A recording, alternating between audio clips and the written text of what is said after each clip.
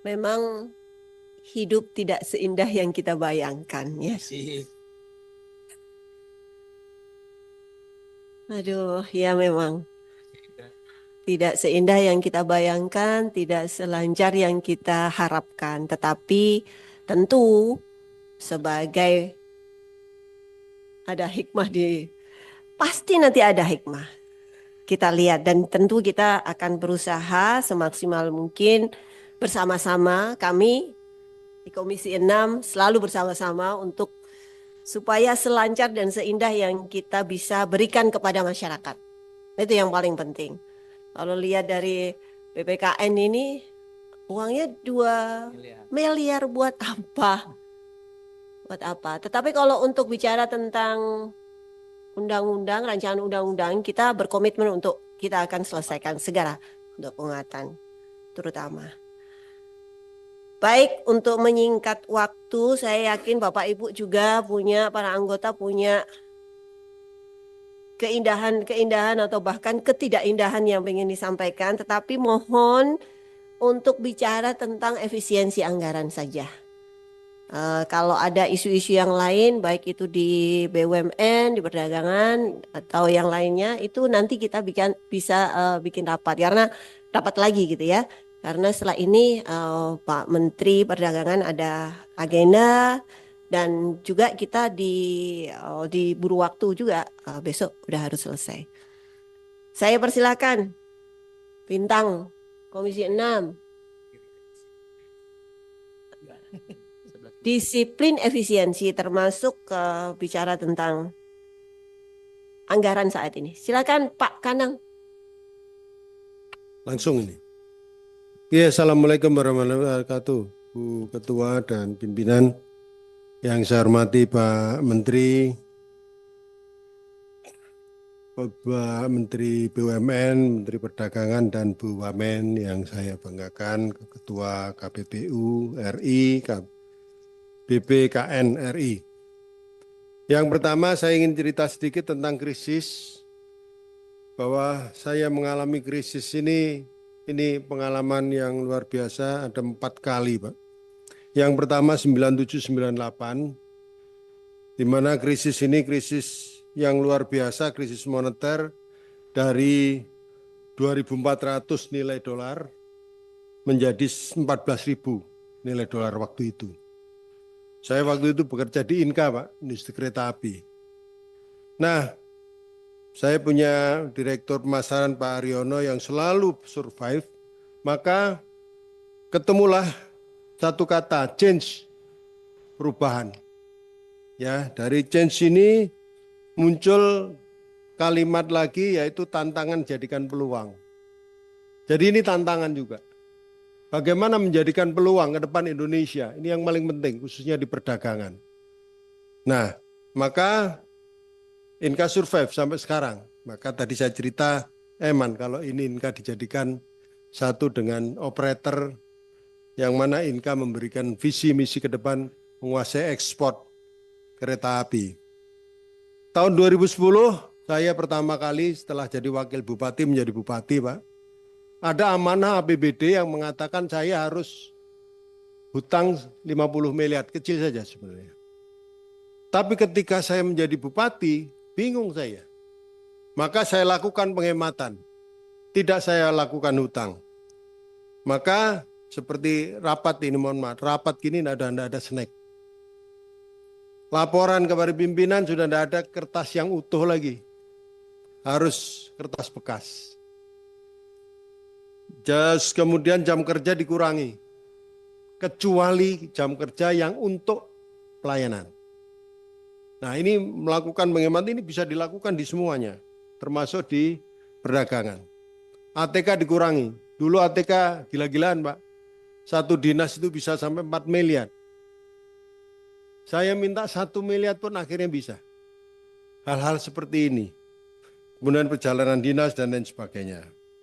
Dari penghematan yang harusnya 50 miliar kita hutang, mampu melakukan penghematan 100 miliar. Artinya masih surplus lagi 100 miliar. Nah, hal-hal ini. Nah, kemudian krisis ketiga COVID Pak. Tahun 2020 2020 ya. Itu mulai COVID, maka hari-hari pikiran kita hanya COVID, hari-hari kita hanya refocusing. Sama dengan ini. Dikaji ulang lagi, untuk ditata kembali. Clear masalah itu. Nah sekarang masuklah krisis anggaran. Maka krisis anggaran ini kembali lagi bagaimana kita menata hati semuanya. Menata semua pikiran kita bahwa ini adalah problematika kita semua.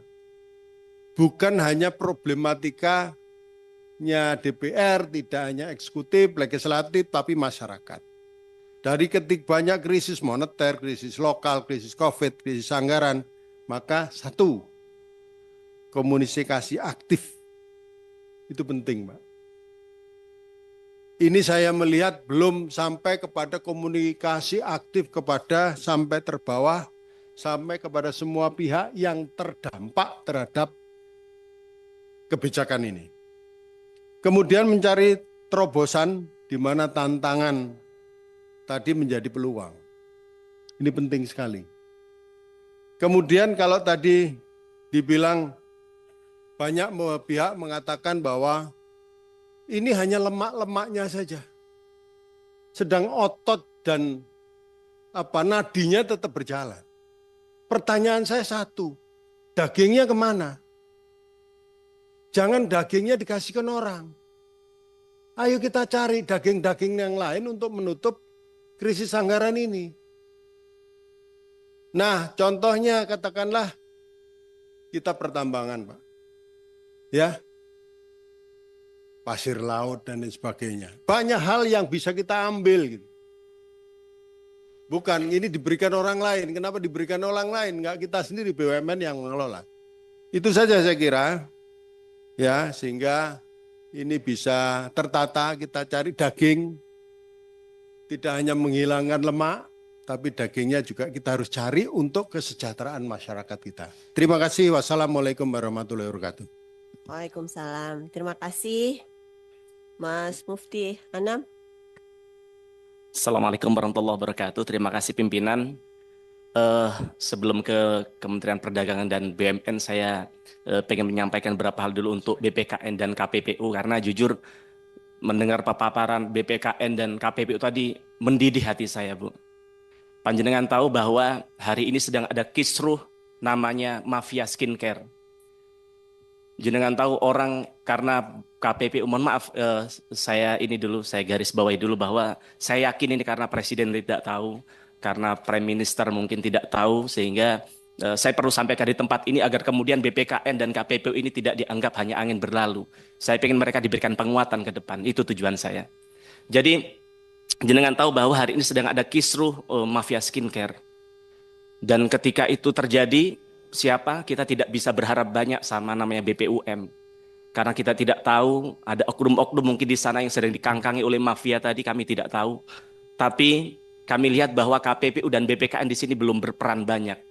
Maka ketika anggarannya, apalagi BPKN tadi hanya tinggal 2 miliar begitu. Lalu apa yang bisa diharapkan rakyat dari BPKN dan KPPU begitu? Jenengan tahu, hari ini yang hadir memproteksi agar skincare tadi tidak membahayakan untuk rakyat, yang hadir bukan KPPU, yang hadir bukan BPKN, tapi namanya dokter detektif, namanya Niki Nabirzani.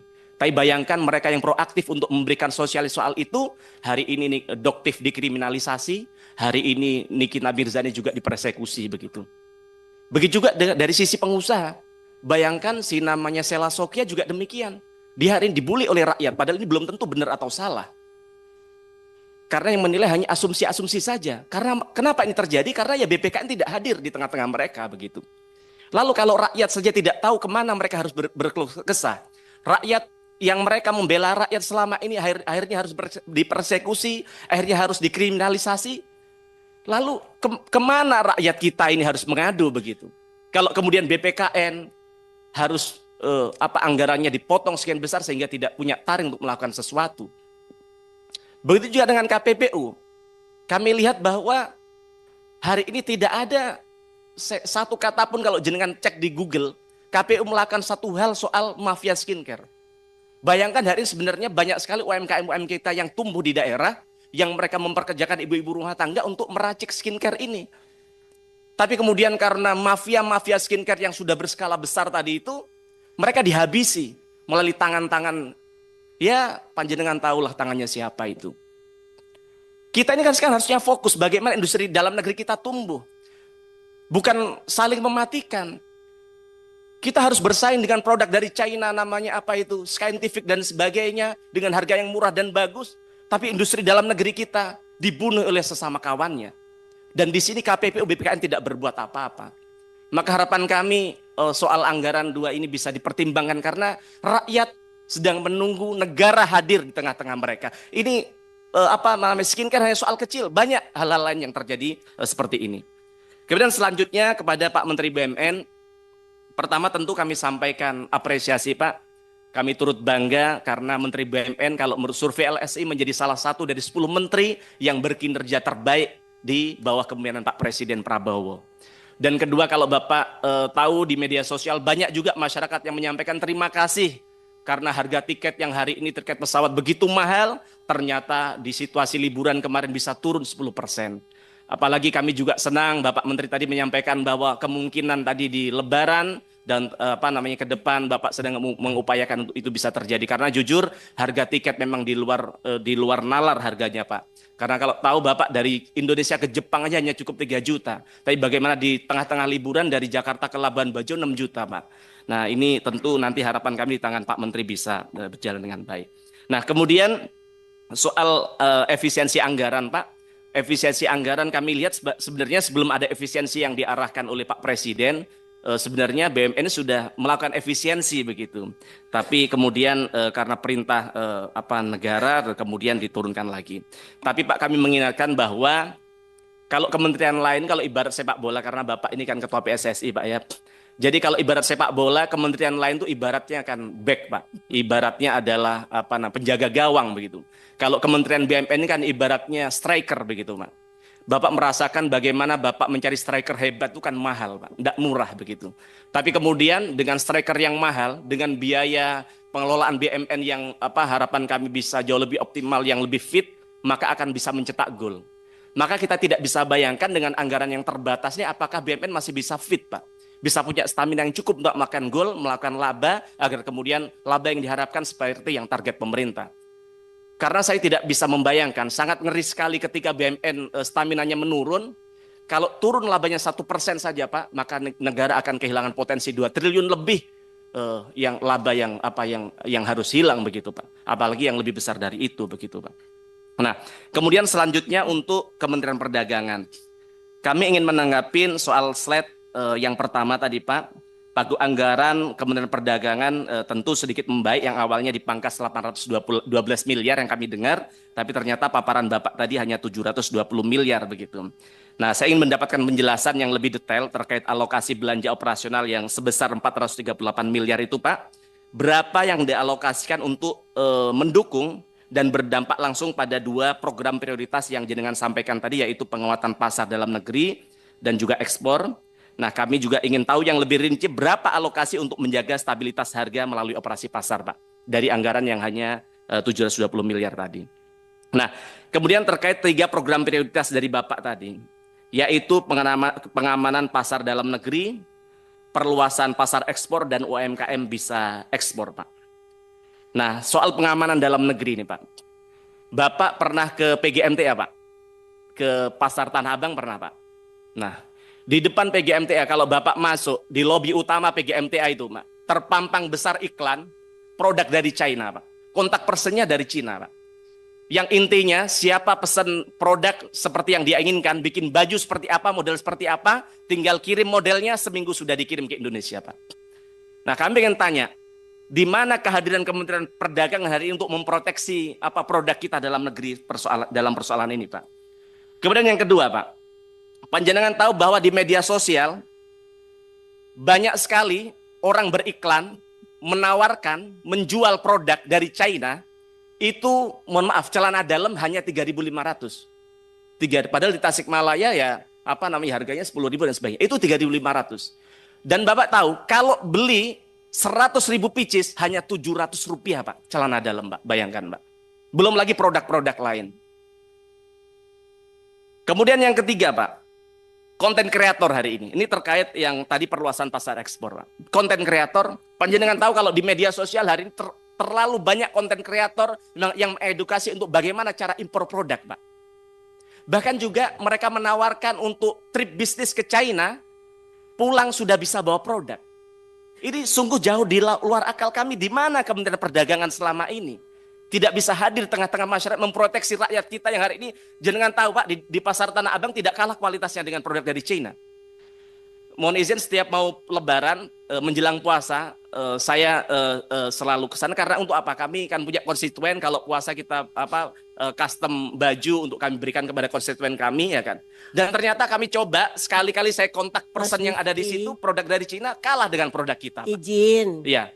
Iya. Ini masih terkait soal anggaran tadi Bu. Kita konsentrasi di efisiensi ya, Mas siap. ya. Ya, siap Bu. Tapi Terima begini Bu, kasih. harapan kami sebenarnya ini masukan dari kami. Rapat ini kan selalu buru-buru ya kan. Yang kedua, harapan kami nyari waktu Pak Menteri yang sedang tidak sibuk Bu. Karena kami tidak ada waktu lagi untuk bagaimana menyampaikan. Karena sekian lama, Silakan. 6 bulan baru bisa ada waktu ketemu mereka. Punya hak untuk bicara. Iya, siap. Tapi kita tahu bahwa kita akan ngomongin tentang efisiensi. Oh siap, siap. Oke? Ini terkait efisiensi. Maksud harapan kami, Secepatnya. sekali lagi terkait ya terima kasih masukannya Bu. Tapi sekali lagi terhadap hal yang kami sampaikan tadi Pak Menteri. Jangan sampai kemudian dengan adanya efisiensi anggaran tadi, belum efisien saja, rakyat kita sudah tidak diproteksi. Bagaimana kemudian dengan adanya proteksi, dengan adanya efisiensi ini, rakyat kita semakin dibiarkan, mereka hanya kemudian hanya bisa mencari jalan dengan caranya sendiri sehingga mereka tidak merasa bahwa negara hadir di tengah-tengah kita. Sebenarnya masih banyak, tapi yang terakhir soal kerjasama Indonesia-China, saya singkat di yang terakhir aja, kerjasama Indonesia-China. Nah, Indonesia-Jepang di situ Pak. Di kerjasama Indonesia-Jepang, kami bisa memaklumin bahwa Jepang ke kita yaitu soal perbankan dan institusi. Tapi yang di luar akal kami Pak, di bab yang Bapak sampaikan tadi, yaitu yang soal Indonesia, kita ini akan terlibat dalam properti dan juga bisnis properti dan juga satu lagi tadi. Nah, yang kami ingin tanyakan gini. Memang ada orang Indonesia yang mau bisnis properti ke China, Pak, ke Jepang, Pak. Kalau panjenengan tahu bahwa di Jepang hari ini banyak sekali rumah-rumah kosong yang bahkan diberikan secara gratis kepada masyarakat begitu, Pak. Nah, sehingga harapan kami bisa berikan atau dijajaki untuk bagaimana hal lain yang memang dibutuhkan oleh rakyat Indonesia, misalnya di soal pertanian dan sebagainya. Itu aja dari kami. Wassalamualaikum warahmatullahi wabarakatuh. Waalaikumsalam. Terima kasih Mas Mufti. Selanjutnya Pak Sartono. Ya. Terima kasih pimpinan. Anggaran ya.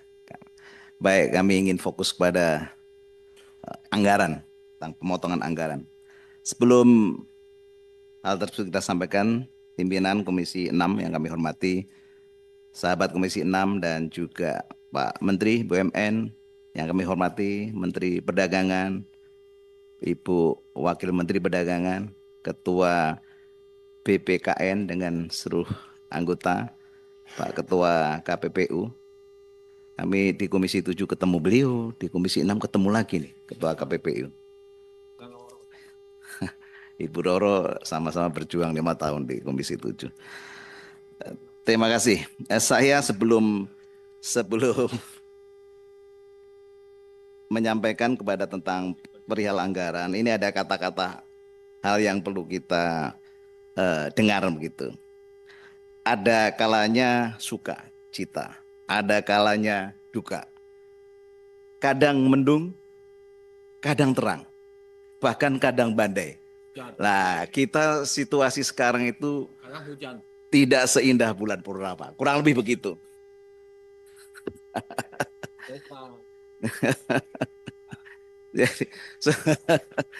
Jadi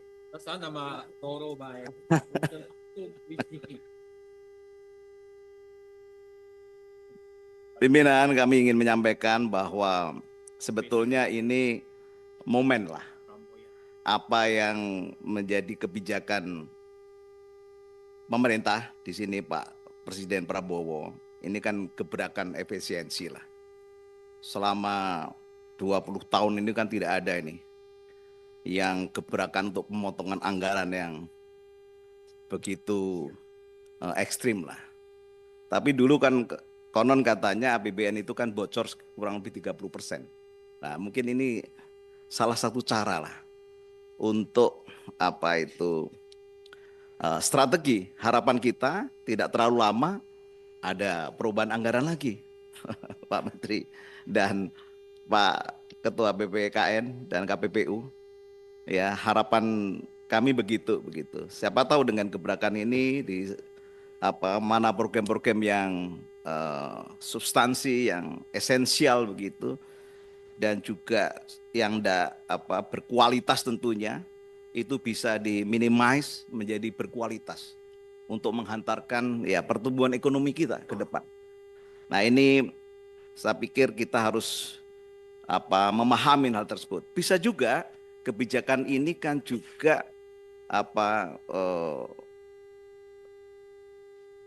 target-target pendapatan negara kita mungkin tidak sesuai dengan harapan yang diputuskan di tahun 2024 kemarin.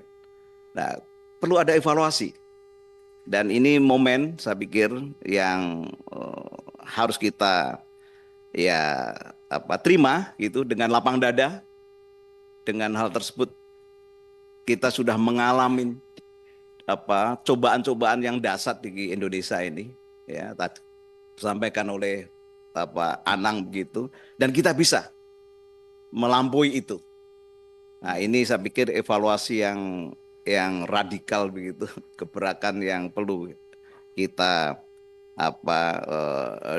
berikan penguatan untuk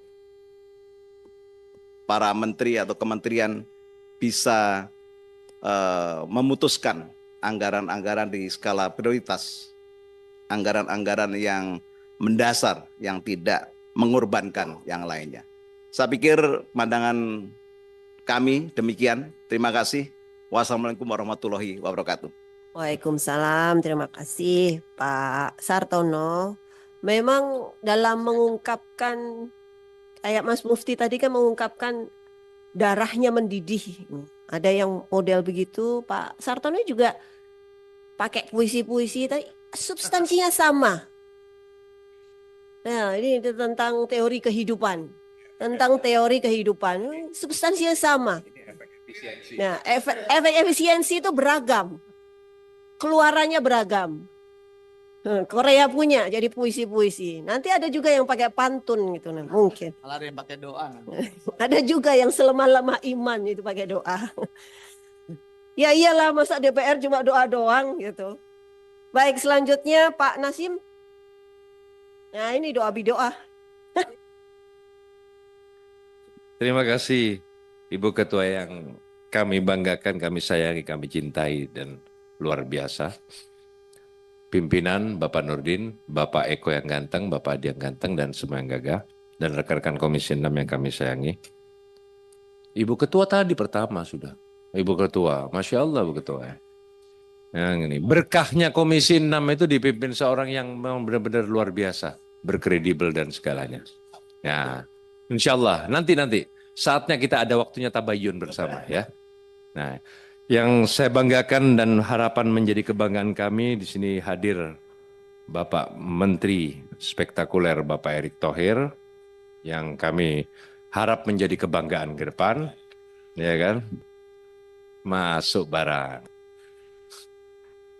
Yang pasti selalu didampingi Mas yang ganteng Rabin, terima kasih, dan semua jajaran BUMN yang hadir pada hari yang sudah menciptakan sejarah GCG dalam BUMN kita yang berakhlak. Insya Allah semoga berakhlak juga regenerasi subholding dan semuanya nanti, holding dan subholdingnya Pak Erick. Yang kami harap menjadi kebanggaan Pak Mendak, Pak Budi, yang sudah memang lama di Mendak, mulai dari Sekjen, kita bertemu dari sebelum jadi Sekden, dari Sekden sekarang jadi Menteri Pak, luar biasa.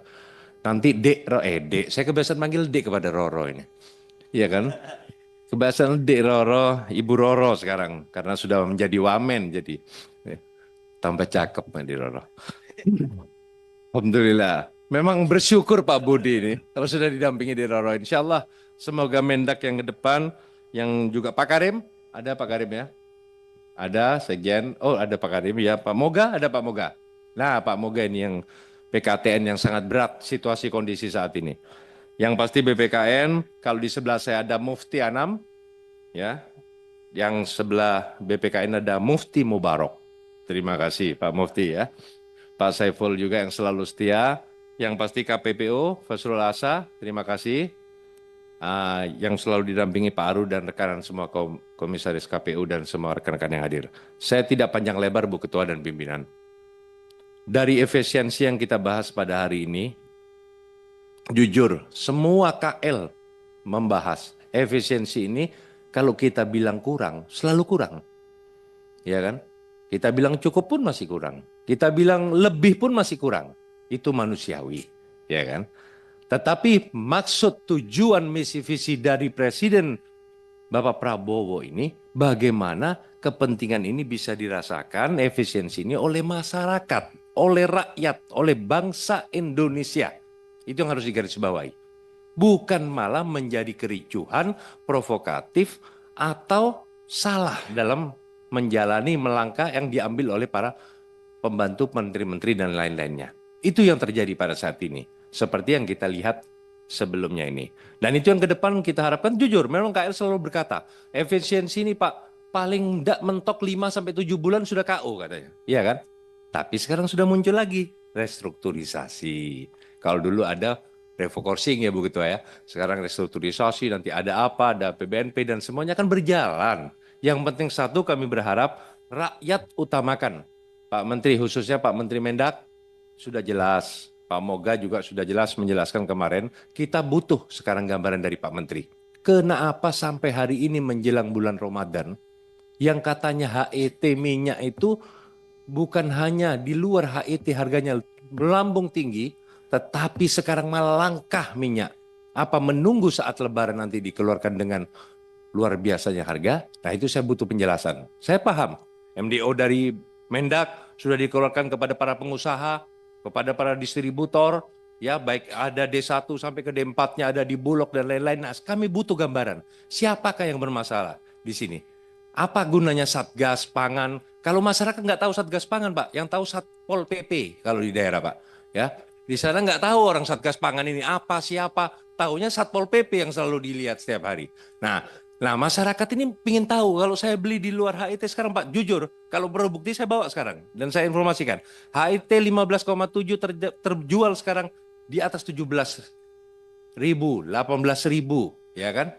Satu dosnya bisa harganya sekarang 250, 300, terbukti di kios-kios. Apa ini mau ditangkap semua, mau dilaporkan kemana, bagaimana? Nah, mau tidak mau agen pengecer ya beli karena masyarakat butuh. Ya kan sama kayak tadi agen yang terjadi selama ini dan semuanya. Lah apa ini sudah memang tradisi membiarkan seperti ini? Oh, enggak apa-apa, nanti situasi kondisi masyarakat kan terbiasa sudah.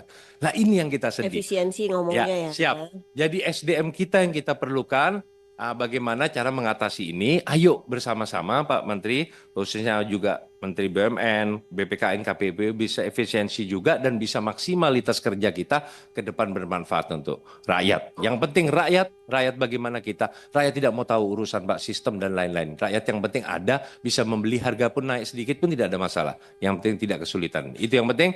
Nah, kalau kita berbicara panjang, kata Bu Ketua tadi tidak bisa panjang-panjang sebetulnya. Sebetulnya banyak yang perlu kita bahas, tapi ya mari sama-sama kita, ya seperti tadi, tabayun demi kebaikan dan bangsa kita, rakyat kita. Terima kasih. Wallahul muwaffiq ila aqwamit thoriq. Wassalamualaikum warahmatullahi wabarakatuh. Salam. Terima kasih Pak Nasyim. Ini caranya memuji-muji juga. Padahal kekecewaan juga. Silakan Mbah Bardi. Mas Eko, Mbah Bardi mau bicara.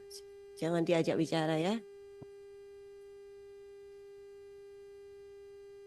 Mohon maaf pimpinan. Yang saya hormati segenap pimpinan Komisi 6 DPR RI dan seluruh anggota yang hadir pada kesempatan hari ini.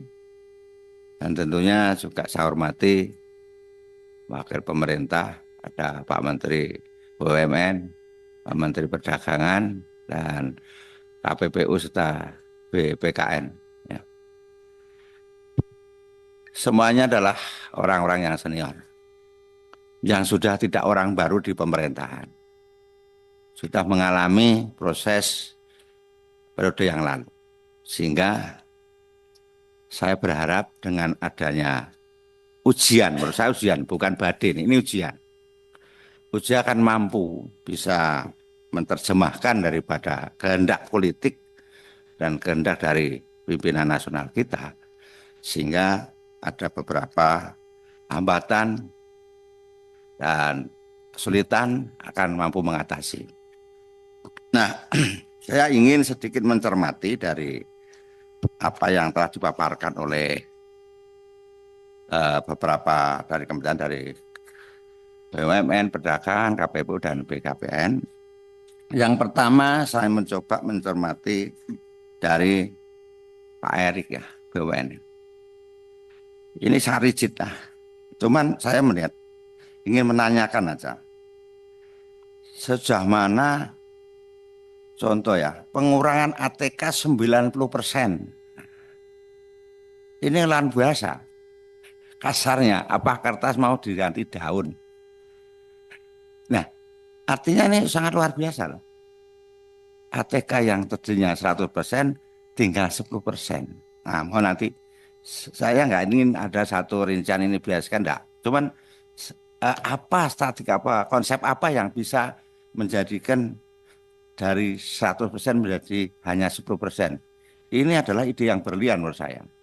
Itu luar biasa. Yang kedua juga ini, karena rata-rata mereka yang motong dari pemerintah kan 50%. Yang semati yang di atas 5%. Yang menonjol. Kemudian pengurangan fasilitas pimpinan. Ini sebuah pimpinan yang luar biasa. Yang memberikan contoh kepada bawahannya. Jadi tidak mau yang mewah-mewah, tapi dikurangi 70%, hanya 30% fasilitas pimpinan. Ini kira-kira seperti apa gambarannya Pak Menteri ini? Ini luar biasa ya. Tapi walaupun pengurangannya ya hampir sama, itu hampir 40-50% juga itu ya. Tapi ini sangat luar biasa menurut saya.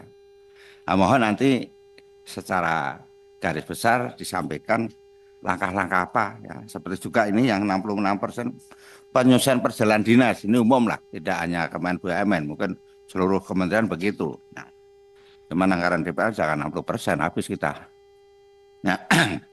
Nah kemudian yang berikutnya adalah dari perdagangan. Kementerian Perdagangan ini hanya global Pak Budi. Ini Pak Budi memang orang baru, tapi bukan baru lagi. Orang lama tapi jadi baru. Jadi udah tahu persis belok perdagangan mengelola manajemen perdagangan berapa lah. Dari mulai bawah direktur, dirjen sampai sekjen sampai sekarang alhamdulillah jadi menteri. Nah, ini disampaikan hanya belanja pegawai 694,37 juta ya. Kemudian belanja operasional 438 miliar. Tapi tidak diberikan breakdown secara garis besar seperti yang BUMN. Coba Pak, bisa nggak kita diberikan breakdownnya? Sehingga apa? Sebagai anggota DPR yang juga punya fungsi budgeting, tidak hanya sekedar dikasih amplop kosong, tidak hanya dikasih gambaran, tapi paling tidak ada inilah strategi yang dilakukan oleh Kementerian Perdagangan itu seperti apa?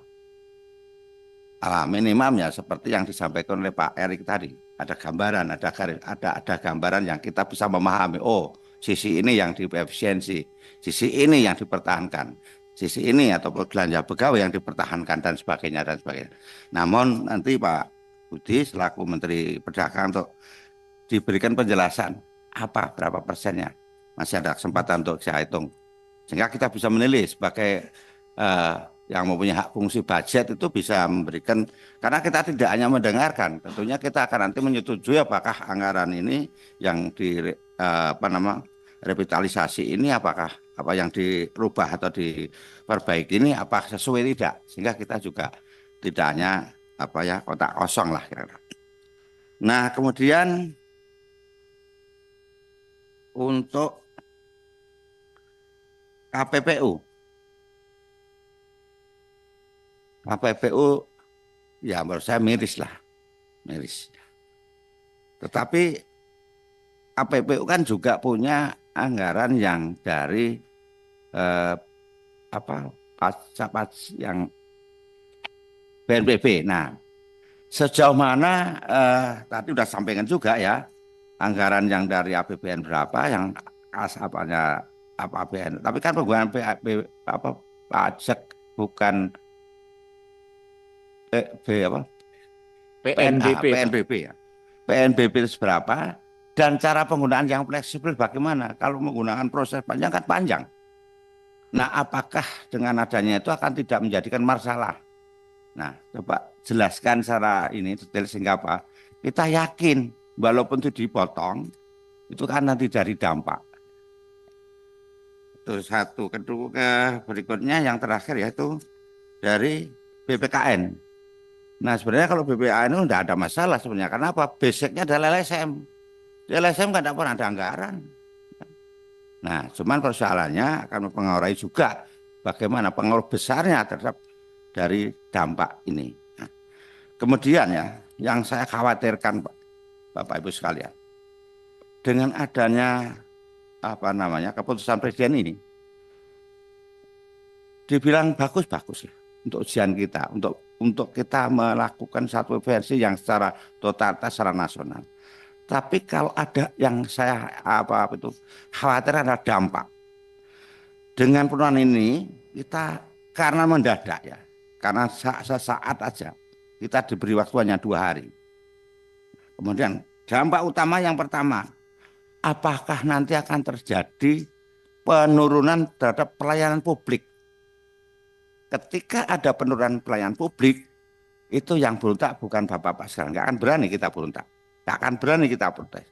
Kalau yang protes sudah rakyat bagaimana? Kalau pelayanan publik seperti yang tadi APPU, BPKN, taruhlah ada pengaduan 5 tahun tidak diapa-apain, APPU ada kasus tidak diapa-apain karena tidak ada dana dan sebagainya.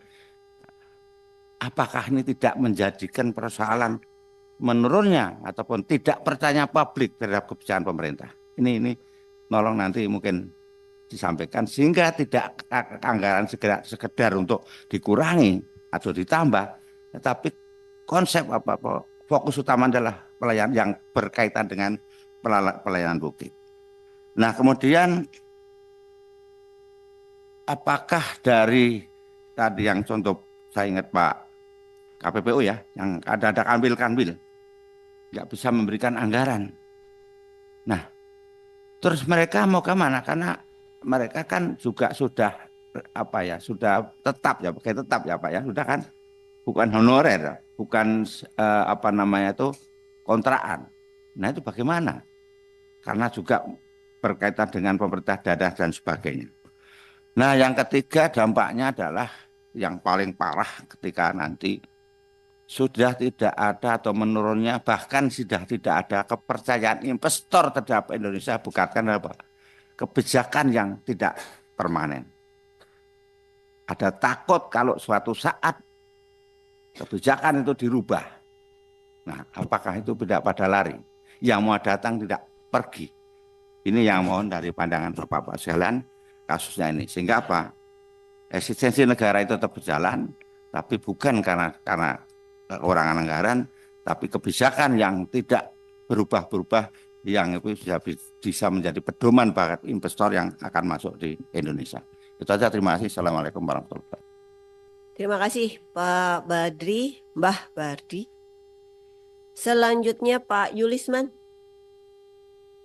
Selamat datang di Komisi 6. Terima kasih Bu Ketua. Bismillahirrahmanirrahim. Assalamualaikum warahmatullahi wabarakatuh. Yang kami hormati Ibu Ketua dan para pimpinan dan seluruh anggota Komisi 6. Yang saya hormati Menteri BUMN, Perdagangan dan Ibu Wamen, serta Ketua KPPU dan Ketua BPKN. Berakit-akit ke hulu, berenang ke tepian, Bu Ketua. Bersakit-sakit dahulu, bersenang-senang kemudian. Karena saya dari Riau, sedikit pantun aja ringan-ringan. Nanti kalau yang berat-berat belakangan.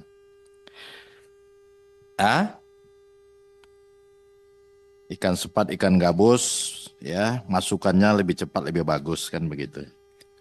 Baik Pak Menteri, pertama Pak Erik.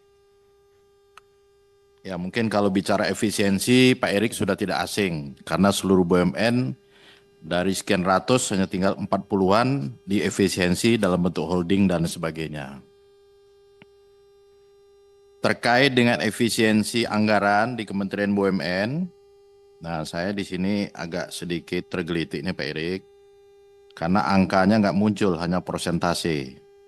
Walaupun persentasenya saya lihat yang tertinggi juga pemotongan Perjadin dan juga dari pengurangan fasilitas pimpinan. Nah ini mungkin perlu diapresiasi nih. Selain ATK, pengurangan fasilitas pimpinan 70%, Perjadinnya 54%. Ya itu perlu diapresiasi. Tapi angkanya nggak muncul Pak Erik. Saya nggak sempat bawa kalkulator tadi kan.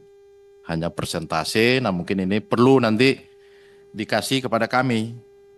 The real nominalnya. Nah pertanyaan saya yang kedua, terkait dengan pegawai kira-kira aman, terkendali? Apakah di BUMN ada pegawai honor, P3K? Aman tidak gaji dan tunjangannya? Nah ya nanti silakan dijawab, boleh langsung, boleh tertulis. Karena tadi sudah diingatkan oleh Ibu Ketua ini soal anggaran, sebenarnya saya banyak mau bercerita nih Bu, tapi mungkin next time ya. Ya nanti cerita sama Ibu Ketua lah. Ya, karena dibatasi terkait anggaran mungkin itu dulu untuk Kementerian BUMN dan buat Pak Erik dan kawan-kawan. Berikutnya untuk Kemendak, ini saya berharap tadi karena Pak Menterinya baju biru, Ibu Roro pakai jilbab kuning kan begitu. Nggak, saya berharap. Ya. Jadi untuk Mendak, tadi mungkin teman-teman sudah bercerita banyak. Tentu pemotongan atau relokasi atau efisiensi namanya anggaran tidak mengurangi target kinerja. Ya, itu. Ya Pak Menteri ya. Kalau kira-kira ragu dengan target kinerjanya, ngomong di sini. Tapi kalau tidak ragu, tidak perlu. Nah di sini saya lihat juga Pak, lumayan besar ini. Ya, ada tulisan besar, efisiensi setelah rekonstruksi lebih kurang 720,63 miliar. Pagus setelah rekonstruksi jadi 1,132 triliun. Nah, belanja pegawai 694,03 miliar dalam kurung belum termasuk gaji CPNS dan P3K sebesar 71 miliar. Ini betul Pak ya, nggak salah tulis ya? Nah ini tolong dijelaskan Pak. Apakah ini akan diberhentikan atau dicarikan tempat lain? Karena ini nanti, ya silakan nanti Bapak jawab ya. Nah saya hanya melihat yang ini, yang 694 tapi belum termasuk gaji CPNS dan P3K. Nah ini tolong dijelaskan Pak ya. Berikutnya untuk KPPU dan BKPM, mungkin saya tidak banyak komentar Pak. Pantun saya tadi saja Bapak Hayati, berakit-rakit ke hulu, berenang-renang kemudian ya. Semoga kalau ini Bapak sukses melewati masa-masa ini, ya diberi kepercayaan lebih luas oleh bangsa, negara, dan oleh rakyat. Berhasil, kira-kira begitu. Mungkin itu saja ya. Jadi dua kementerian dan dua lembaga ini saya juga ingin tanya yang sama Pak terkait dengan nasib pegawai di situ baik honor maupun P3K ya. Karena jangan nanti habis disepakati oleh Komisi 6 ya dan para kementerian lembaga besok ada demo. Nah kan sudah setuju DPR katanya. Nah ini yang repot. Masalahnya jangan dibuang ke sini ya. Nah, mungkin itu saja Ibu Pimpinan dan Bapak Ibu sekalian. Terima kasih kepada para menteri yang hadir, Pak Erik, Pak Budi, selamat bekerja dengan semangat rekonstruksi dan efisiensi. Semoga bangsa ini menjadi lebih baik. Wassalamualaikum warahmatullahi wabarakatuh. Waalaikumsalam. Ini Mbak Wamen kotaknya warnanya kuning kok Pak. Sama kita juga ikut kuning juga ini. Otaknya warnanya kuning juga. Jadi tidak meninggalkan. Selanjutnya Pak Ismail. Terima kasih Bu Ketua. Insya Allah kurang dari 5 menit Bu Ketua. Tapi izin saya menyampaikan yang efisien dan non-efisien sedikit Bu Ketua. Saya mulai dari yang terakhir, KPPU dan BPKN. Tentu kita paham bahwa upaya yang sedang dilakukan oleh Presiden kita dalam rangka menunjukkan keberpihakan kepada yang kecil-kecil Pak. Sehingga tadi kalau saya saksikan apa yang Bapak pangkas, apa yang Bapak potong dari sejumlah anggaran yang ada, saya mewakili fraksi Partai Keadilan Sejahtera cuma meminta satu hal Pak. Jangan sampai ada pemotongan atau pemangkasan kaitan dengan hak-hak honorer atau hak-hak tenaga kontrak. Kalau Bapak mau potong-potong, kalau Bapak mau kurang-kurang, pastikan yang dikurangi dulu pimpinan Pak. Pastikan yang dikurangi dulu atasan-atasan. Saya menyampaikan ini dengan dasar Pak. 2 bulan lalu saya landing di Makassar Pak, di Dapil. Saya menyaksikan teman-teman KPPU, teman-teman BPKN datang dengan rombongan pejabat begitu banyak, petantang-petenteng Pak di bandara. Fasilitas-fasilitas ini harus Bapak kurang-kurangin Pak. Sekali lagi efisiensi ini tujuannya adalah keberpihakan. Kami tentu sebagai bagian daripada pengawas wajib dan penting untuk menyampaikan hal ini kepada Bapak-Bapak semuanya. Yang kedua, kepada Pak Menteri Perdagangan Pak. Yang Bapak sampaikan terkait dengan ASEAN, Australia, New Zealand, FTA, tentu hal yang begitu urgent, hal yang begitu penting, kami support Pak, kami dukung. Tetapi Pak, jauh lebih penting daripada itu, menjelang Ramadan, Bapoktan Pak, minyak, beras di dapil kami masih kurang, harganya tidak stabil. Mohon itu jadi perhatian. Selanjutnya untuk Pak Erik, Pak Menteri BUMN, saya menyambung Pak apa yang tadi disampaikan oleh Pak Mufti. Kami bangga Pak dengan Pak Erik. Dan tentu saja saya ingin menyampaikan apresiasi. 88,5% angka kepuasan publik tentu bukan hal yang gampang Pak. Ini Bapak lakukan, Bapak dapatkan karena memang Bapak berkinerja baik. Tetapi kalau saya analisa Pak, artinya masih ada 11,5% yang belum puas. Saya coba mikir-mikir cari-cari apa penyebab 11,5% ini. Ternyata Pak, saya dapat satu jawaban. Saya lihat fakta fenomena Pak, 2 bulan belakangan ini. Terkait dengan copot-mencopot direksi BUMN Pak. Ada yang baru menjabat 7 hari, baru selesai syukuran, tiba-tiba 7 hari berikutnya dicopot Pak. Ini penting jadi atensi Pak, karena kalau kaitan dengan evaluasi rasanya 7 hari belum ada yang bisa dievaluasi Pak Menteri. Berikutnya saya memberikan usulan Pak, ini mungkin juga kaitan dengan efisiensi. Saya 4 bulan Pak di Komisi 6, begitu banyak mendapatkan masukan teman-teman yang ada penempatan di Papua, ada penempatan di Maluku, ini dapil saya Indonesia Timur Pak Erik. Mereka mengabdi 12 tahun, mereka mengabdi lebih dari 10 tahun, begitu susah untuk pulang kampung Pak. Sekiranya kalau bisa dilakukan dan dibuatkan aturan, mereka-mereka yang mengabdi jauh ini, kalau ada protokol khusus setelah power akhirnya menjadikan BUMN kita sangat perform Pak. Dividen kita meningkat ratusan %. Sekarang masyarakat ini rindu Pak. Sudah 2025 Pak Erik kok belum kelihatan lagi gebrakan yang baru Pak. Semoga ada gebrakan baru dari Pak Erik. Terlebih Pak, jangan sampai karena faktor efisiensi dividen kita turun. Kita mau melihat Pak Erik berkinerja lebih baik. Meskipun anggaran dipotong, tapi pastikan dividen terus meningkat dan target terlampaui. Terima kasih Bu Ketua. Assalamualaikum warahmatullahi wabarakatuh. Terima kasih Pak Ismail. Teteh kita, silakan. Teteh Rike. Ya live dulu. Jangan lupa. Pastikan. On dulu, benar.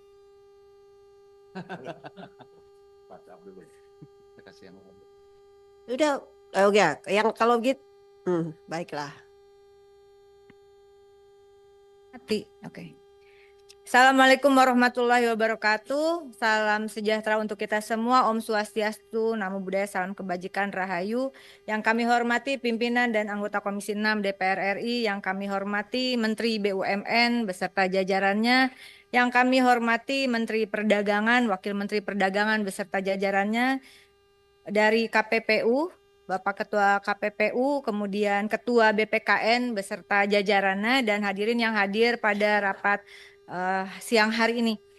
Bapak Ibu yang kami hormati, ternyata efisiensi anggaran itu begitu dijalankan tidak sederhana.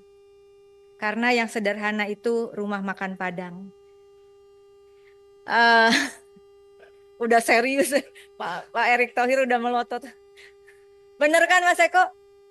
Ya. Jadi ada catatan penting bahwa pertama tentu saya secara pribadi maupun fraksi, saya kira Pak Adi dan Pak Mufti sebagai Kapoksi sudah tidak ada, dan juga Komisi 6 mendukung arahan Presiden agar terjadi efisiensi anggaran. Karena selama ini kita tidak pernah, ini satu langkah yang progresif menurut kami di dalam politik anggaran bagi pemerintah maupun bagi DPR RI. Belum pernah ya kita ada, dan ini dibuka minta efisiensi lalu rekonstruksi dan sebagainya. Namun demikian tentu saya ingin menyampaikan beberapa hal, beberapa data, mohon dikoreksi jika saya salah. Pertama, landasan dari terjadinya efisiensi tahun anggaran 2025 itu adalah Perpres nomor 1 tahun 2025 tentang efisiensi belanja dalam pelaksanaan APBN dan APBD tahun anggaran 2025 yang diterbitkan 22 Januari 2025. Betul ya Bapak Ibu ya? Sepakat ya. Kemudian keluarlah Surat Menteri Keuangan nomor S-37-MK.02-2025 tentang efisiensi belanja KL dalam pelaksanaan APBN TA 2025 yang terbit 24 Januari 2025. Betul ya Bapak ya? Namun kemudian hasil efisiensi yang berdasarkan 24 Januari 2025 tersebut kemudian mengalami disebut dengan rekonstruksi, yaitu berdasarkan rapat online antara DJA Kemenkyu, mohon koreksi kalau saya salah, ini info dari yang kemarin kita sudah rapat dengan beberapa kementerian dan lembaga. Setelah keluar efisiensi, lalu keluarlah lagi ternyata harus ada rekonstruksi efisiensi berdasarkan rapat online Dirjen Anggaran Kemenkyu dengan perwakilan dari kementerian lembaga. Izin ya pimpinan saya bertanya langsung, betul ya Bapak Ibu? Betul. Nah oleh karena itu mohon koreksi, karena DPR RI ini tidak memiliki kewenangan lagi untuk memeriksa Satuan 3 berdasarkan putusan Mahkamah Konstitusi, maka saya kira tadi berlembar-lembar, tapi izinkan pimpinan kita cek bersama. Kementerian BUMN Pagu APBN awal 2025 adalah senilai 277.498.437. Betul ya Bapak ya? Kemudian nilai efisiensi berdasarkan surat Menkyu 24 Januari 2025 123.600 juta. Lalu kemudian setelah efisiensi sisa 153.898.437. Betul ya? Betul. Mohon izin ya pimpinan ya. Kemudian Kementerian Perdagangan 1.853.277.516 mengalami efisiensi 812.197.000 berdasarkan surat Menkyu 24 Januari 2025, sehingga setelah efisiensi anggarannya adalah 1.041.080.516.000. Betul. Kemudian KPPU Pagu APBN awal 105.373.198.000, efisiensi surat 24 Januari Kemenkyu 42.200 juta. Setelah efisiensi artinya KPPU mendapatkan 63.173.198.000. BPKN Pagu awal 8.967.942.000, efisiensi di 24 Januari 2025 senilai 6.582.942.000. Setelah efisiensi sisa 2.385.000 saja. Lalu kemudian nilai efisiensi tadi direkonstruksi pada tanggal 11 Februari 2025 sehingga nilai efisiensi berdasarkan rapat online DJA Kementerian Keuangan beserta perwakilan dari KL adalah Kementerian BUMN mendapatkan efisiensi 115.524.996.00 dan setelah rekonstruksi 11 Februari sisa 161.973.441.000. Kementerian Perdagangan mendapatkan nilai efisiensi setelah rekonstruksi 11 Februari 720.632.453.000 sehingga setelah efisiensi sisa anggaran adalah 1,1.212.645.063.000. KPPU setelah efisiensi 11 Februari 2025 lewat rapat online Kemenkyu, DJA Kemenkyu adalah 37.900.000 sehingga setelah rekonstruksi 67.473.198.000. Betul ya? Betul ya. Nah, saya juga ingin menyampaikan bahwa tadi karena ini menjadi pertanyaan berbagai pihak. Belanja pegawai Kementerian BUMN senilai 77.619.364.000. Kemudian Kementerian Perdagangan 609.037.509.000 termasuk titipan belanja pegawai dari BPKN. Betul Bapak? Kemudian KPPU belanja pegawai 46.898.893.000. Nah, kenapa saya sampaikan mumpung masih ada waktu, mohon tadi juga sudah disampaikan. Belanja pegawai pertama adalah Bapak Ibu jangan hanya belanja pegawai tetap di BUMN dan pegawai PNS P3K yang ada di badan begitu ya, di komisi, di KPPU dan BPKN. Tolong berikan data yang jelas tentang semua pegawai dengan status kerjanya. Itu yang pertama, karena saya sepakat dengan teman-teman lain dan tentu dengan pimpinan, kami tidak memiliki hak sekali lagi untuk membahas Satuan 3 berdasarkan keputusan MK. Tetapi kita juga bukan hanya menjaga Komisi 6, saya kira juga menjaga Presiden Republik Indonesia agar efisiensi ini karena terjadi di beberapa kementerian dan lembaga itu seolah-olah membuat orang kehilangan pekerjaan. Nah, oleh karena itu mohon nanti ini ada kesempatan besok. Jadi kalau misalnya tadi ini di luar P3K loh, ini di luar honorer loh. Ya ini di luar cleaning service loh. Pak, itu adalah termasuk pegawai. Meskipun seperti di Kementerian Koperasi masuk ke dalam postur belanja dan jasa. Tapi jasa itu kan orang, bukan barang. Sehingga segeralah Bapak buat konstruksi, barangkali bisa, bukan barangkali, Kementerian Keuangan jatah kepada Bapak Ibu di kementerian lembaga ini harus ditambah untuk belanja pegawai. Bahwa nanti ada efisiensi, reformasi birokrasi termasuk efisiensi sumber daya manusianya, menurut kami Ibu Pimpinan itu setelah ini. Jangan sampai politik anggaran yang progresif ini kemudian membuat orang berimajinasi atau membangun skenario-skenario bahwa ini kacau balau, padahal sebetulnya izinkan oleh karena itu saya membaca tadi sudah disepakati dasar hukum kita adalah Perpres nomor 1 tahun 2025 tentang efisiensi belanja dalam APBN dan APBD tahun anggaran 2025. Di diktum ketiga, ini karena kemarin saya berdebat cukup panjang Ibu Ketua, karena ternyata yang SK Menkyu itu sudah tidak berlaku lah kurang lebih demikian. Karena ada rekonstruksi untuk lahirnya efisiensi yang baru begitu ya. Namun demikian dasar hukum Inpres ini dengan adanya rekonstruksi melalui rapat online Dirjen Anggaran Kemenkyu, saya kira bukan yang ditangkap kemarin ya, mungkin perwakilannya ya Pak Erik ya.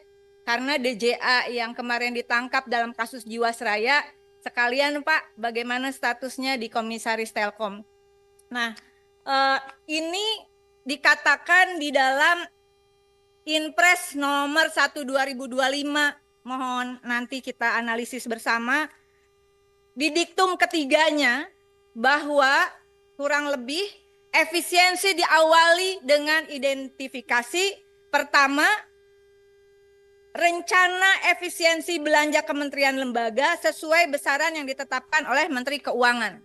Ini sudah ditetapkan oleh Menteri Keuangan 11 Februari 2025. Namun yang ke diktum keduanya, diktum ketiga angka 2, identifikasi rencana efisiensi sebagaimana dimaksud pada angka 1 yang oleh Menteri Keuangan sekurang-kurangnya terdiri atas belanja operasional perkantoran, belanja pemeliharaan, perjalanan dinas, bantuan pemerintahan, pembangunan infrastruktur, serta pengadaan peralatan dan mesin. Dengan demikian yang menjadi stressing hanya poin-poin di diktum ketiga angka kedua. Penyelesaian perkara, penyelidikan atau pengawasan yang dilakukan oleh Badan Konsumen maupun KPPU, menurut kami itu tidak masuk di dalam amanat Presiden ini. Sehingga Bapak sampaikan berapa kebutuhannya dan itu akan menjadi izin pimpinan. Semoga menjadi catatan di dalam kesimpulan rapat ini. Barangkali nanti besok ada perubahan karena tidak mungkin kasus-kasus itu tidak diselesaikan. Diktum ketiga angka 3 adalah identifikasi rencana efisiensi oleh Menteri Keuangan di angka 1 tidak termasuk A. belanja pegawai dan belanja bantuan sosial. Dengan demikian Bapak Ibu dan rasanya mohon dukungan dari pimpinan dan anggota Komisi 6. Perintah Presidennya jelas. Perintah Presidennya jelas. Ketika postur anggaran menyangkut belanja pegawai, apapun status kerjanya, masalah nanti ada efisiensi terhadap reformasi birokrasi dan pegawai tetap tidak tetap, itu urusan nanti saya kira. Jangan sampai chaos baru mau diefisiensi seolah-olah instruksi presidennya salah. Instruksi presidennya benar nih. Belanja pegawai tidak masuk ke dalam efisiensi. Oleh karena itu nanti menjadi catatan penting, izin pimpinan mohon dimasukkan ke dalam catatan. Segeralah Bapak Ibu dari kementerian dan lembaga yang hadir di sini berikan kepada kami Komisi 6 agar catatan untuk khususnya postur belanja pegawai apapun statusnya kita masukkan ke dalam kesimpulan. Kalau kurang tambahkan Pak. Namanya usaha ya Pak. Kemudian yang kasus-kasus di perlindungan konsumen dan persaingan usaha itu juga tolong Bapak diberikan catatan atas seizin pimpinan kepada sekretariat dan menjadi bagian. Saya kira Komisi 6 ini bukan hanya stempel untuk menyetujui. Ada hal yang bisa kita perjuangkan untuk masyarakat, tentu saja kita perjuangkan mumpung masih ada jabatan, mumpung masih ada umur. Demikian yang bisa saya sampaikan. Mohon maaf seperti biasa saya terlalu panjang, tapi karena dasar hukum dan data angka ini sesuatu yang pertanggungjawabannya bukan hanya sekedar dihapus dikali dibagikan, tapi saya selalu berkeyakinan di balik angka dalam data negara ada nasib dan nyawa jutaan rakyat dan pekerja yang dipertaruhkan. Terima kasih.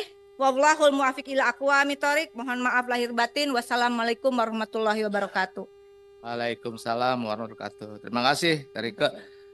Cuma mengingatkan Ibu Bapak, ini masih banyak pertanyaan dari anggota. Sedangkan tadi disepakati jamnya 12.30 belum juga mendapatkan jawaban dari mitra kita ya, dari 4 mitra yang ada. Jadi saya mohon Bapak Ibu anggota untuk efisiensi. Nah, kalau bicara efisiensi ini juga waktunya efisiensi juga. Baik, kami ke kiri, di sana ada Mbak Sadarestu, kami persilakan. Monggo. Terima kasih pimpinan. Assalamualaikum warahmatullahi wabarakatuh. pimpinan dan seluruh anggota Komisi 6 yang saya hormati, Pak Menteri beserta jajaran, Ketua BPKN, Pak Menteri Perdagangan juga beserta jajaran, dan Ketua KPPU RI serta jajaran. Sepakat tadi disampaikan oleh Bu Rike, memang di dalam surat Kepres nomor 1 memang berbunyi seperti itu, dan itu selaras dengan apa yang disampaikan oleh Pak Presiden, bahwasannya berkaitan dengan efisiensi anggaran ini tidak boleh kemudian penanganan pelayanan terhadap masyarakat itu berkurang, dan juga bahkan beliau menyampaikan salah satunya adalah tidak boleh merumahkan atau mem-PHK pegawai. Itu salah satu yang disampaikan. Saya tidak akan berpanjang lebar karena semua sudah detail tadi disampaikan oleh para anggota.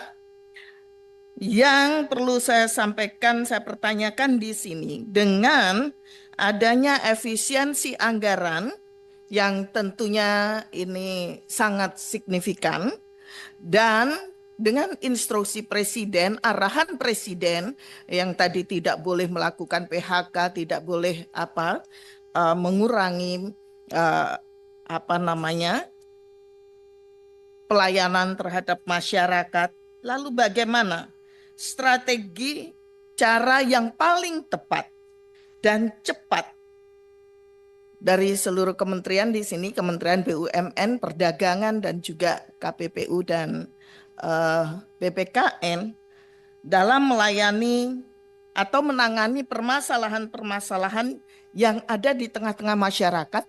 Tadi KPPU menyampaikan panjang sekali permasalahan yang masih belum ditangani, begitu juga BPKN dengan anggaran yang sangat terbatas itu, bagaimana strateginya untuk bisa tetap bisa berjalan yang memang seharusnya itu diperoleh oleh masyarakat. Yang kedua, Pak Menteri Perdagangan. Pak Menteri Perdagangan juga kena efisiensi yang cukup banyak juga. Ya. Pak Menteri, kita, masyarakat kita, UMKM kita sebenarnya tidak kalah dengan China, harusnya. Karena masyarakat, jumlah penduduk kita ini juga sama banyaknya. UMKM kita juga sama banyaknya. Sebenarnya yang dibutuhkan itu adalah kemauan dari pemerintah untuk memberikan support. Saya ingat dulu banyak sekali mekanik-mekanik UMKM, tukang-tukang yang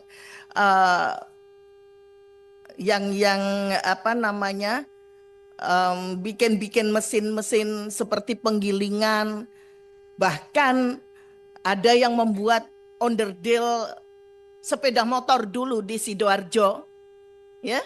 Tetapi pada akhirnya bukan malah diberikan ruang, bukan malah diberikan support, tapi mereka justru dimatikan karena mereka dianggap melanggar dengan undang-undang atau peraturan yang ada. Kalau ini, Pak Menteri, mohon maaf, kalau ini tidak ditangani dengan baik, seperti halnya di Cina itu semuanya boleh meniru onderdilnya motor Honda, boleh bikin motor persis Honda. Jadi ketika ada investor masuk itu ada perjanjiannya. Kenapa kita tidak melakukan itu untuk bisa melindungi para UMKM kita? Di sana jauh lebih murah karena semuanya dikerjakan home industry. bukan dikerjakan oleh perusahaan besar. Jadi onderdil-onderdil itu semuanya home industry. Saya kira ini perlu dicontoh. Begitu juga dengan UMKM yang lainnya. Banyak sekali yang dulu sudah pernah ekspor, kemudian harus berhenti. Sama halnya dulu pernah dibuka ekspor untuk beras. Tetapi tiba-tiba pemerintah membuat peraturan baru tidak boleh. Di stop karena kita harus menyelamatkan atau mewujudkan swasembada pangan. Pada kenyataannya apa, kita tetap impor. Nah, inilah yang tadi berkaitan dengan anggaran. Apa yang akan dilakukan oleh Pak Menteri? UMKM yang dibutuhkan itu support, Pak. Terus kemudian ruang untuk bisa melakukan kredit di perbankan. Karena tidak sedikit bahkan rata-rata mereka terkena masalah karena tidak bisa kredit karena dianggap tidak kredibel. Jadi mereka tidak bisa karena tidak memenuhi persyaratan untuk bisa mendapatkan kredit. Ini minta tolong Pak Menteri BUMN untuk khususnya bank-bank himbara. Karena kalau tidak di tengah-tengah pemotongan anggaran, efisiensi anggaran, kalau masyarakat tidak kita push, kita bisa kolaps nih Pak. Jadi salah satunya adalah nge-push UMKM untuk bisa memberikan kontribusi di tengah-tengah kondisi yang saat ini. Ya. Dan terakhir Pak Eko, mohon maaf, tolong juga Pak Menteri Perdagangan, ini berkaitan persoalan UMKM yang ditanggulangin, yang dulu terkena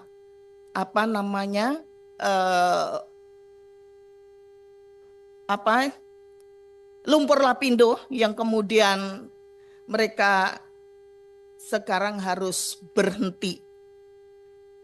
Tolong itu segera ditangani, segera diberikan support untuk mereka.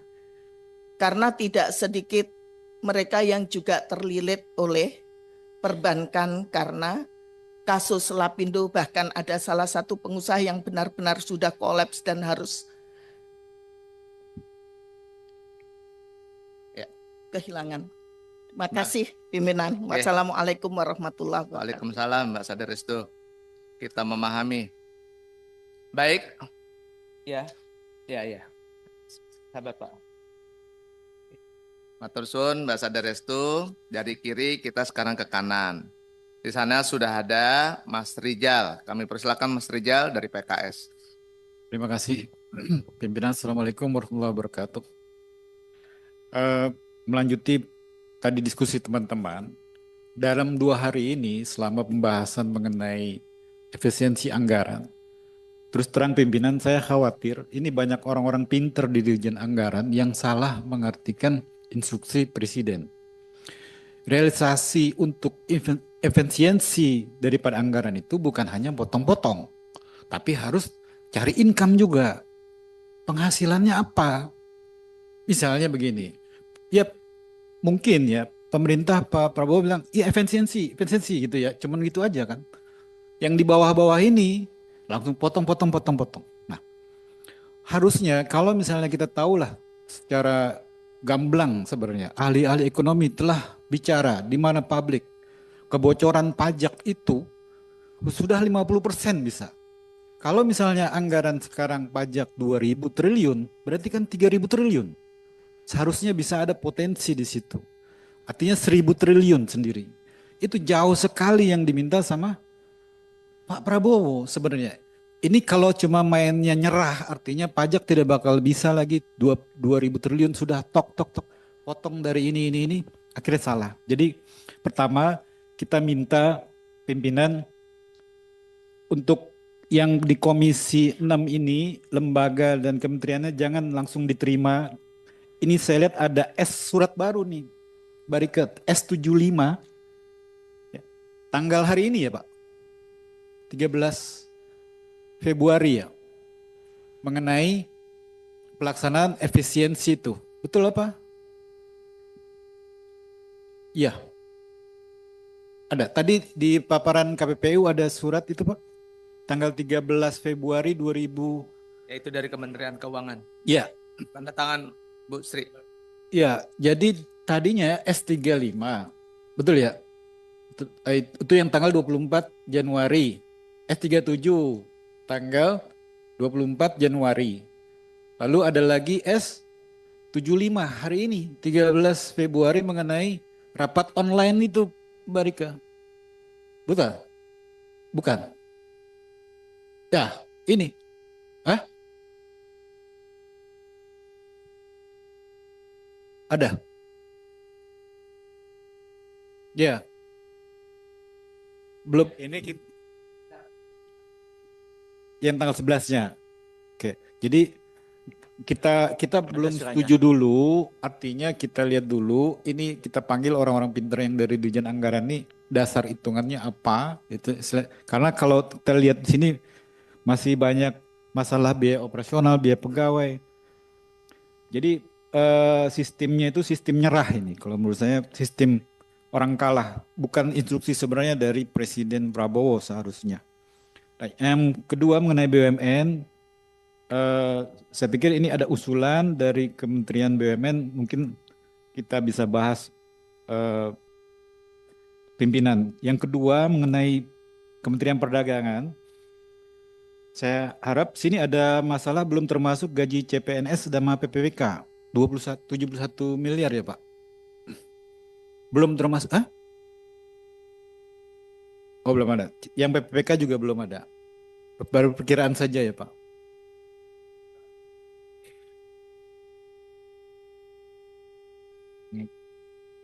Terus kalau belanja operasional itu begini, perdagangan ini kan hulunya itu di pasar Pak, pasar-pasar ya, di pasar-pasar untuk terus terang banyak sekali pasar-pasar di daerah itu pada rusak. Nah ini apakah biaya operasional ini masuk untuk revitalisasi pasar? Itu yang harus dilihat lagi Pak, mohon. Sama yang masalah tekstil, itu tekstil juga problem, itu jangan sampai anggaran-anggaran untuk perbaikan misalnya stimulus mengenai tekstil atau apa jadi hilang, itu yang bahaya Pak. Yang ketiga,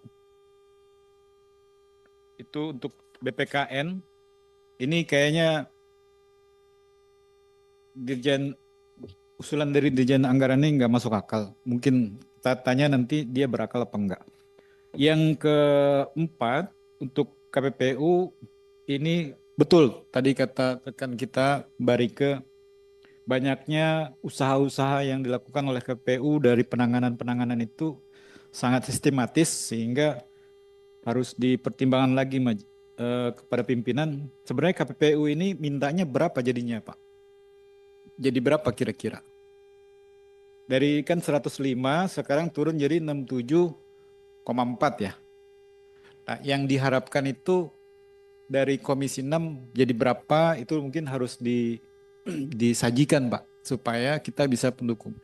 Artinya surat Kementerian Keuangan yang kemarin ini kan surat ya. Apakah tidak perlu Komisi 6 itu memutuskan? Saya pikir sih harusnya dapat persetujuan harusnya dari Komisi 6 untuk itu ya, jangan sembarangan saja itu Kementerian Keuangan itu bikin anggaran-anggaran seperti ini yang dimana Pak Prabowo sendiri nggak tahu.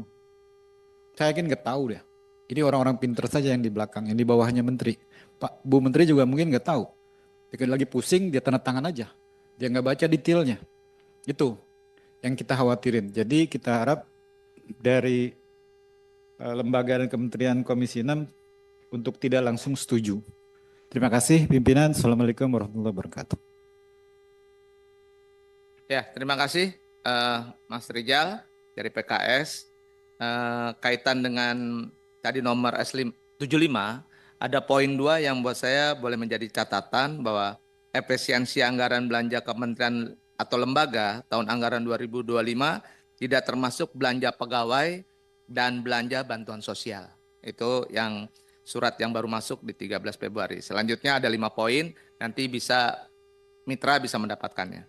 Baik, setelah Mas Rijal, kami berikan kesempatan untuk sahabat kami dari Golkar, Ahmad Labib, kami persilakan.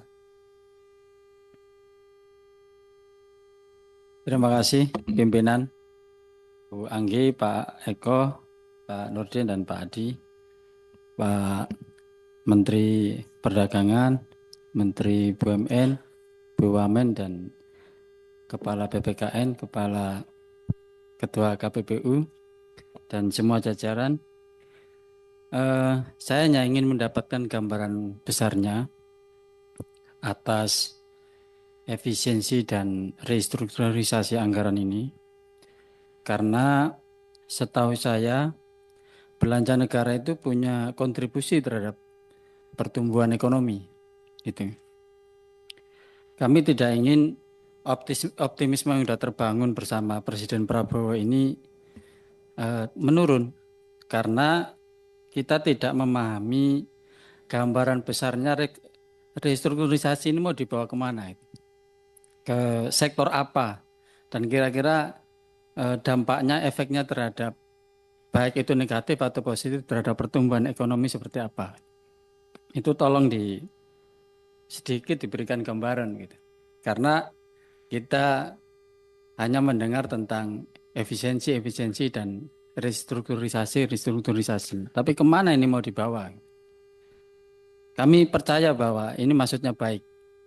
Itu maksudnya baik. Tapi kami perlu dipahamkan juga arahnya kemana. Kemudian spesifik ke Pak Menteri BUMN, belanja negara ini kan juga bagian dari yang selama ini menjaga keberlangsungan dan pertumbuhan bisnis BUMN. Nah, kira-kira ada efek tidak terhadap pertumbuhan dan keberlangsungan bisnis BUMN, terutama yang banyak bisik-bisik itu di yang karya-karya itu, Pak. Gitu. Nah, langkah-langkah antisipasi apa yang dilakukan oleh Pak Menteri agar pertumbuhan bisnis di BUMN tetap sehat dan berlanjut positif gitu. Itu yang untuk Pak Menteri BUMN. Kemudian yang Pak Mendak, Pak Menteri Perdagangan, saya setuju dan optimis terhadap upaya-upaya meratifikasi protokol-protokol dengan protokol-protokol internasional tentang perdagangan dan mengapresiasi kinerja yang cukup baik. Tetapi Bapak, yang ingin saya ingatkan sedikit, ada beberapa kemungkinan letupan-letupan kecil yang sebenarnya hanya masalah kecil, tapi itu nanti bisa mengganggu citra Menteri Perdagangan dan pemerintah. Tolong itu nanti dilakukan jalur-jalur komunikasi yang baik supaya tidak jadi letupan yang berbahaya, yang nanti karena ada kebuntuan kemudian jatuhnya ke demonstrasi dan lain-lain. Ini beberapa informasi mungkin nanti saya berikan ke Pak Mendak secara lain karena ini temanya tentang efisiensi. Kemudian tentang BPKN dan KPPU, saya terus terang ini sangat miris, ya sama dengan yang lain kalau fungsi BPKN untuk melindungi konsumen kita di tengah gempuran era digitalisasi, market digital ini kan luar biasa.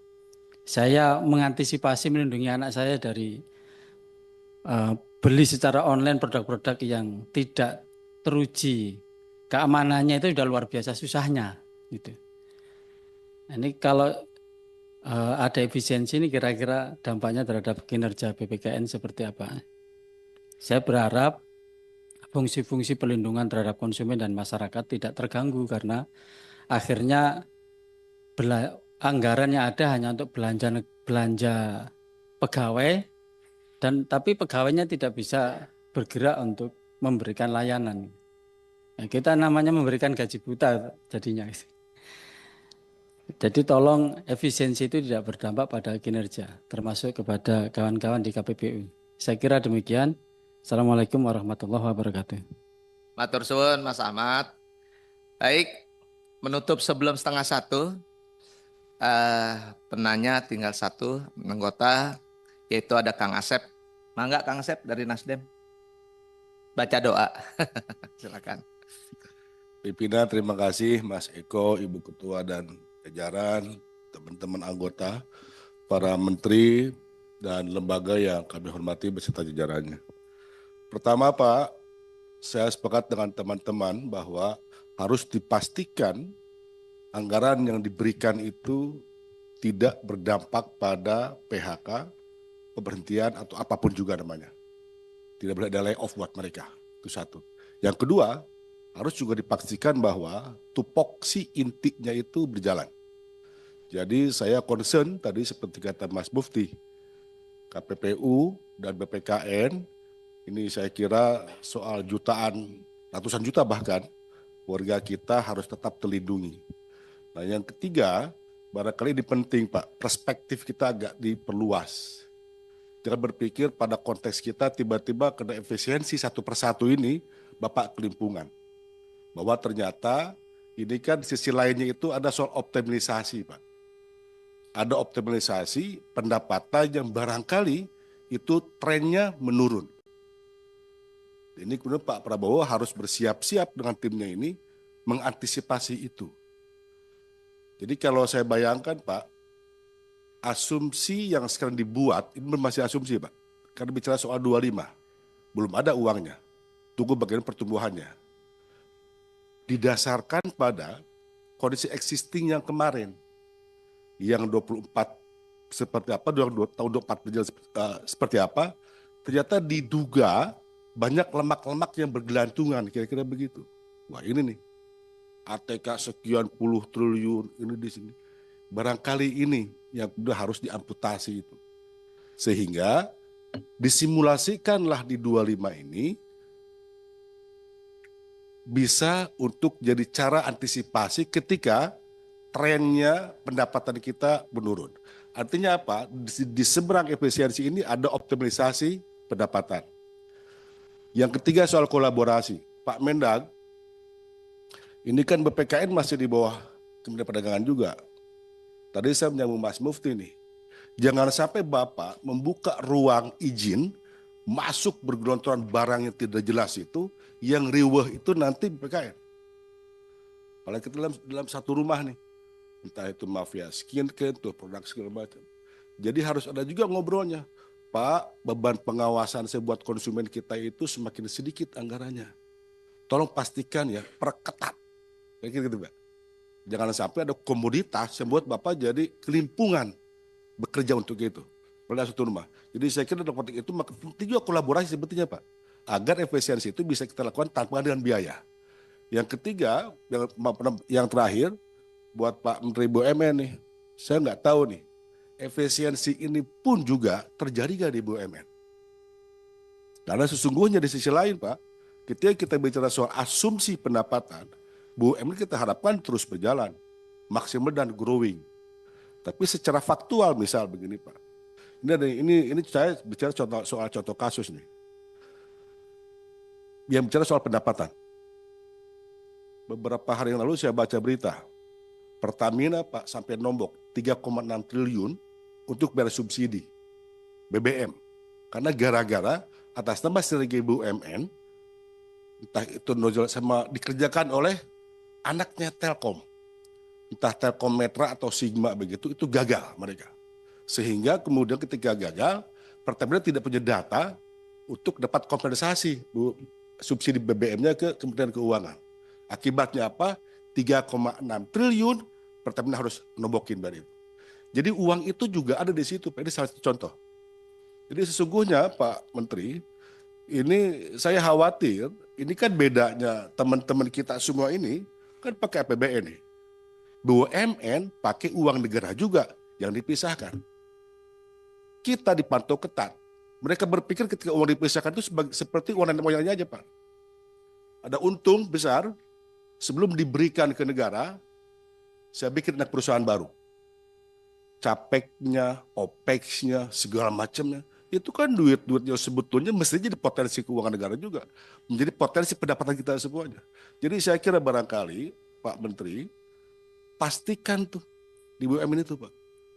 Kebocorannya, fraudnya, dan begitu banyak kegagalan-kegagalan proyek gitu yang akhirnya merugikan juga BUMN dan mengurangi asumsi pendapatan yang akhirnya apa? Ke kementerian Bapak, ke Kemendak, ke lembaga yang lain terdampak. Ini saya kira salah satu PR agar kemudian konteks bicara efisiensi ini pun juga kita hadapkan dengan soal potensi optimalisasi barangkali kita juga abai di situ. Pimpinan saja, terima kasih. Ya, terima kasih Kang Asep dari Nasdem.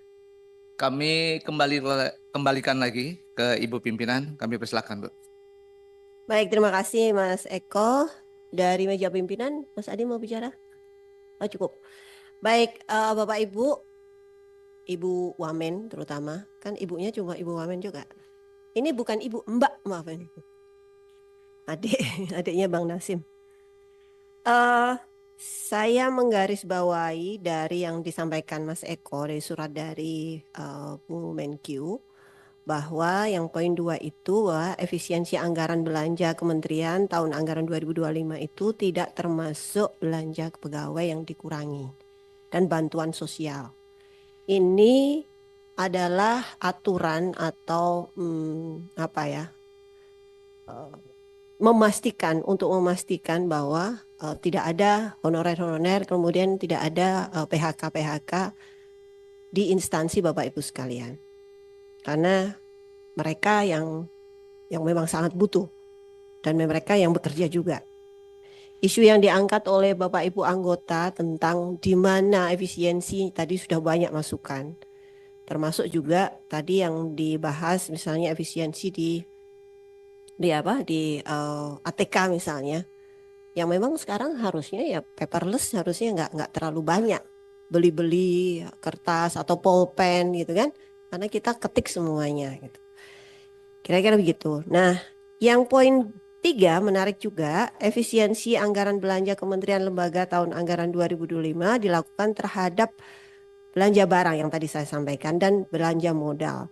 Yang di situ sudah ada tuh lampirannya yang saya yakin Bapak Ibu juga semuanya sudah menerima. Yang pengen dipastikan oleh Bapak Ibu sekalian para anggota bahwa semua efisiensi itu tidak berdampak terhadap pemberdayaan dan layanan. Pak Mufti jangan manduk-manduk, uangnya nggak ada jenengan. Termasuk juga dukungan ini yang harus diantisipasi juga. Misalnya kayak BUMN itu dukungan proyek prioritas nasional kayak gitu supaya tetap. Jadi memang lemak-lemak yang kemudian kita efisiensikan. Ini tantangan lah menurut saya. Tantangan bagi kita semuanya untuk bisa olahraga gitu ya, sehingga lemaknya yang kemudian dihilangkan. Yang ada itu tadi yang disampaikan oleh salah satu anggota yang mengatakan bahwa itu ya nadi dan otot yang memang untuk bergerak. Saya pikir itu, saya persilahkan. Oh iya ya, saya akan nambah 30 menit. Cukup Bapak Ibu? Maksimum. Sampai jam 13. Baik, saya persilahkan Pak Menteri, Pak Erik dulu, Pak Budi, dan dilanjutkan seterusnya. Silakan untuk merespon. Silakan Pak. Izin pimpinan dan tentu anggota Komisi 6 yang terhormat, saya hanya